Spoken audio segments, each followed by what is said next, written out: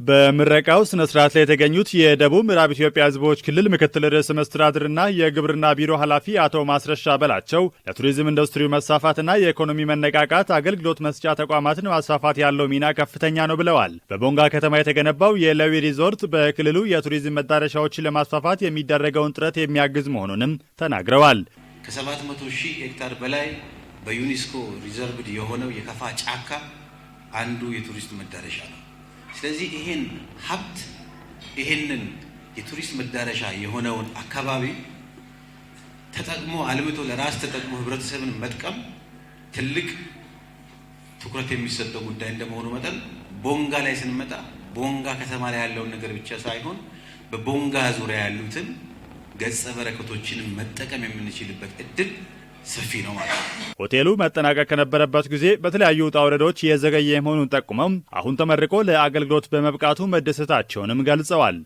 በመሃል ላይ የምናራዝመው ነገር ካለ መስተካከል አለብን። መሬት ማቅረብ ላይ፣ ሌሎች ነገሮችን መጋበዝ ላይ ችግርም ካለብን ማስተካከል አለብን።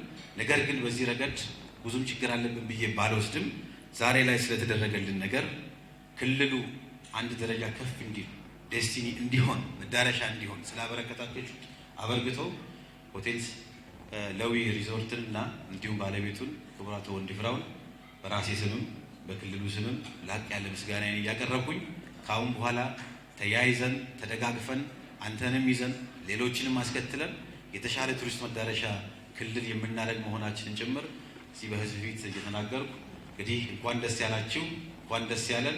ዞኑ በርካታ ተፈጥሯዊና ሰው ሰራሽ የቱሪስት መዳረሻ ያለበት ነው ያሉት አቶ ማስረሻም ድርጅቱ ይህንን እምቅ አቅም ወደ ሀብት ከመቀየር ረገድ አድማሱን አስፍቶ እንዲሰራም ጠይቀዋል።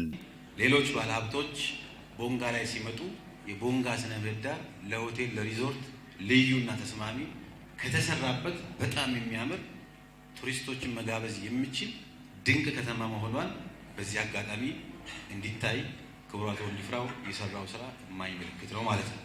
ይህ አካባቢ ለኢኮ ቱሪዝም ከፍተኛ አስተዋጽኦ ያለው እንደመሆኑ መጠን ያለንን እምቅ አቅም እንድንጠቀም ባለሀብቶቻችን አሁንም መምጣት አለባቸው። የአካባቢው የተፈጥሮ ገጸ በረከትና ስነ ምህዳር ለቱሪዝም ኮንፈረንስ ካለው ተፈላጊነት አንጻር በቀጣይ ሌሎችንም ባለሀብቶች ለመቀበልና አስፈላጊውን ድጋፍ ለማድረግ ክልሉ ዝግጁ መሆኑን ገልጸዋል። ቦንጋ ከተማ ከሀገራችን ቀደምት ከተሞች መካከል አንዷ መሆኗ ይታወቃል። በርካታ ታሪኮች ያሏት ጥንታዊ ከተማ ናት። በጣም ለየት የሚያደርጋት በጥንታዊ ዘመን ዓለም አቀፍ ግብይት ስርዓት መነሻ ነበረች። ተፈጥሮን በአግባቡ ጠብቃ የከተመች ውብና ድንቅ ከተማ ናት። ጥንታዊ አብያተ ክርስቲያናትና በርካታ ተፈጥሯዊና ሰው ሰራሽ ቱሪስት መስህቦች የሚገኙባት እንዲሁም የክልሉ መንግስት አስተዳደርና የፖለቲካ መቀመጫ ናት።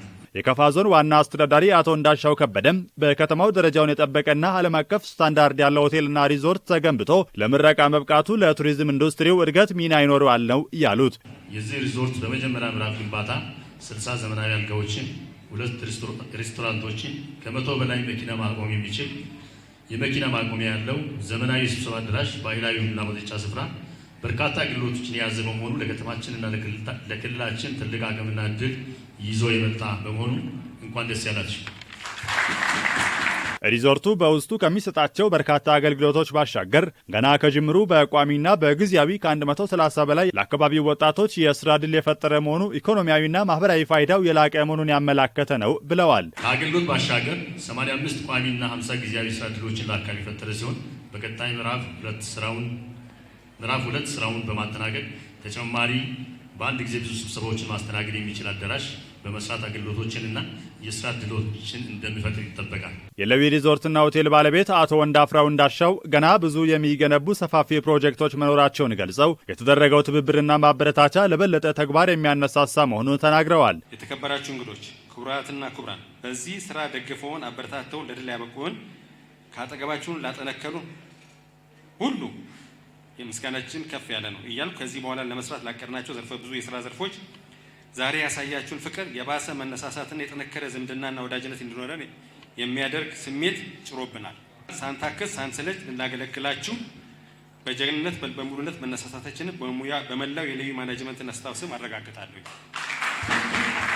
የቦንጋ ከተማ አስተዳደር ከንቲባ አቶ አስማማው አደመ በኩላቸው ሪዞርቱ ለከተማው ገጽታ ግንባታና ለተቀላጠፈ አገልግሎት ያለው ድርሻ ከፍተኛ መሆኑን ገልጸዋል። ለድርጅቱ ስራ ማስፋፊያ የሚሆን ተጨማሪ መሬት በማዘጋጀት አጠቃላይ 5 ሄክታር ቦታ ማስረከባቸውን የተናገሩት አቶ አስማማው በቀጣይ የሚሰሩ ተግባራትን በተሻለ ቅንጅትና ትብብር ለማከናወን ከተማ አስተዳደሩ ዝግጁ መሆኑን ተናግረዋል። እኛም ድጋፋችንን እንደዚሁ አጠናክረን እንደምናስቀጥል እያረጋገጥ ከተማችን ምቹ የቱሪስት መስህቦች ያሏትና የሰላም ተምሳሌት ስለሆነች በዘርፉ ለሚሰማሩ ሌሎች ባለሀብቶች በራችን ክፍት መሆኑን እየገለጽ አመሰግናለሁ። በምረቃ ስነ ስርዓቱ ላይ የክልል የዞንና የሁሉም ወረዳዎችና ከተማ አስተዳደሮች እንዲሁም ከቦንጋ ከተማና አካባቢዋ ጥሪ የተደረገላቸው እንግዶች ተገኝተዋል።